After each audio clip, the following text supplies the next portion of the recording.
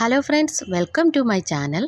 ഇന്ദുലേഖ വായിക്കാത്തവരും ഇന്ദുലേഖയെക്കുറിച്ച് അറിയാത്തവരുമായിട്ട് ചുരുക്കം ചിലരെ കാണുള്ളൂ. ഇന്ദുലേഖ എഴുതിയ ചന്തുമേനോനെക്കുറിച്ച് 2 വാക്ക് പറഞ്ഞ് ഇന്നത്തെ എൻ്റെ വിവരണം ഇവിടെ തുടങ്ങുന്നു.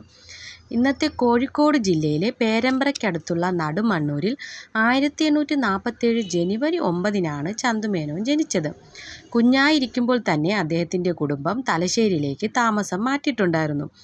ഹൈസ്കൂൾ ഉന്നത വിദ്യാഭ്യാസം നേടിയ അദ്ദേഹം ഉയർന്ന റാങ്ക് നേടിയതുകൊണ്ട് തന്നെ സിവിൽ സർവീസിന് അദ്ദേഹം യോഗ്യത നേടിയിട്ടുണ്ടായിരുന്നു. പക്ഷേ അച്ഛൻ്റെയും അമ്മയുടെയും മരണം അദ്ദേഹത്തെ പഠനം ഉപേക്ഷിക്കാൻ നിർബന്ധിതനാക്കി. 1872 വിവാഹം. സർക്കാർ സർവീസിൽ ഗുമസ്തനായാണ് ഔദ്യോഗിക ജീവിതത്തിൻ്റെ തുടക്കം ആരംഭിച്ചത്. 1895 മംഗലാപുരത്തെ ജില്ലാ ജഡ്ജി കൂടിയായിരുന്ന ചന്തുമേനോൻ ഒരു സാമൂഹിക പരിഷ്കർത്താവ് കൂടിയായിരുന്നു. മരുമക്കത്തായെക്കുറിച്ച് അന്വേഷിക്കുവാനും മലബാർ വിവാഹ ബില്ലിനെക്കുറിച്ച് റിപ്പോർട്ട് ചെയ്യാനും രൂപീകരിച്ച സമിതിയിലും അംഗമായിരുന്നു. മികച്ച സേവനത്തിന് 1898 അദ്ദേഹത്തിന് റാവ് ബഹദൂർ എന്ന പദവി ലഭിച്ചിട്ടുണ്ടായിരുന്നു. 1899 സെപ്റ്റംബർ 7 തലശ്ശേരിയിൽ ഒയ്യാരത്ത് വസതിയിൽ വെച്ചാണ് അദ്ദേഹത്തിൻ്റെ മരണം. സാമൂഹിക വിശകലനത്തിന് ഒരു അക്ഷയഖനിയാണ് ചന്തുമേനോൻ്റെ ഇന്ദുലേഖ എന്ന ഈ നോവൽ. നോവൽ എന്ന സാഹിത്യരൂപം എങ്ങനെ ആയിരിക്കണം എന്നതിനെക്കുറിച്ച് ഒരു വീക്ഷണം മലയാളികൾക്ക് ഇല്ലാതിരുന്ന ഒരു കാലത്ത് ഇംഗ്ലീഷ് സാഹിത്യത്തിൽ നിന്നും മാർഗരേഖ ഉൾക്കണ്ട് പ്രിയമുള്ളവരെ രസിപ്പിക്കുവാൻ വേണ്ടി രചിച്ചതെന്ന് ചന്തുമേനോൻ രേഖപ്പെടുത്തിയിട്ടുള്ള ഈ കൃതിയിൽ ആമുഖവും അവസാന ഭാഗത്ത് 18-ാം അധ്യായത്തിൽ ഉണ്ടാകുന്ന താത്വിക മൂല്യസംബന്ധിതമായ വാദപ്രതിവാദങ്ങളും സൂചിപ്പിക്കുന്നത് ഒരു വിനോദോപാധി എന്നതിനപ്പുറത്തായി സമൂഹത്തിൽ ആശയപരമായി പലതരം സംവാദങ്ങൾക്ക് തിരിതെളിയിക്കുന്ന ഒരു കൃതി എന്ന ലക്ഷ്യം കൂടി ഇന്ദുലേഖ രചിക്കുമ്പോൾ ചന്തുമേനോൻ ഉണ്ടായിരുന്നു എന്നാണ്.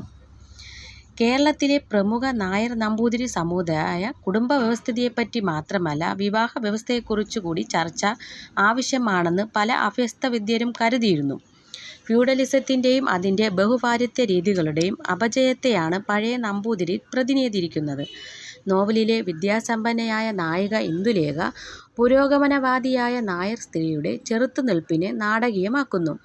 നമ്പൂതിരിയുടെ അടിച്ചമർത്തലിനെ വഴങ്ങാൻ അവൾ വിസമ്മതിക്കുകയും അക്കാലത്തെ സാമൂഹിക തിന്മകൾക്കെതിരെ നിലകൊണ്ട മാധവനെ വിവാഹം കഴിക്കുകയും ചെയ്യുന്നു. ഒരു തലത്തിൽ ഇന്ദുലേഖ ഒരു പ്രധാന സാഹിത്യകൃതിയാണ്. അത് പദ്യവും നാടകവും ആധിപത്യവും പുലർത്തുന്ന ഭാഷയിലേക്ക് ഒരു പുതിയ വിഭാഗത്തെ അവതരിപ്പിക്കുന്നതിനാൽ നായർ പ്രഭാഷണത്തിൽ ആധുനികത കുത്തിവയ്ക്കാനും മേനോന് കഴിഞ്ഞു. അത് ഈ കാലഘട്ടത്തിൽ ജീവിതത്തിൻ്റെ ഭാഗമായി തന്നെ കഴിഞ്ഞിട്ടുണ്ടായിരുന്നു. 1800 കാലഘട്ടത്തിൽ രചിച്ച ഈ കൃതി മറ്റൊരു ദൃശ്യാനുഭവമാണ് നമുക്ക് നൽകുന്നത്.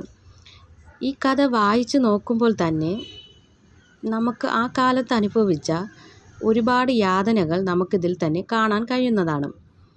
എൻ്റെ വിവരണം ഇഷ്ടപ്പെടുകയാണെങ്കിൽ എൻ്റെ ചാനൽ ഒന്ന് സബ്സ്ക്രൈബ് ചെയ്യുക, വായിച്ചു വളരുക. Okay, thank you.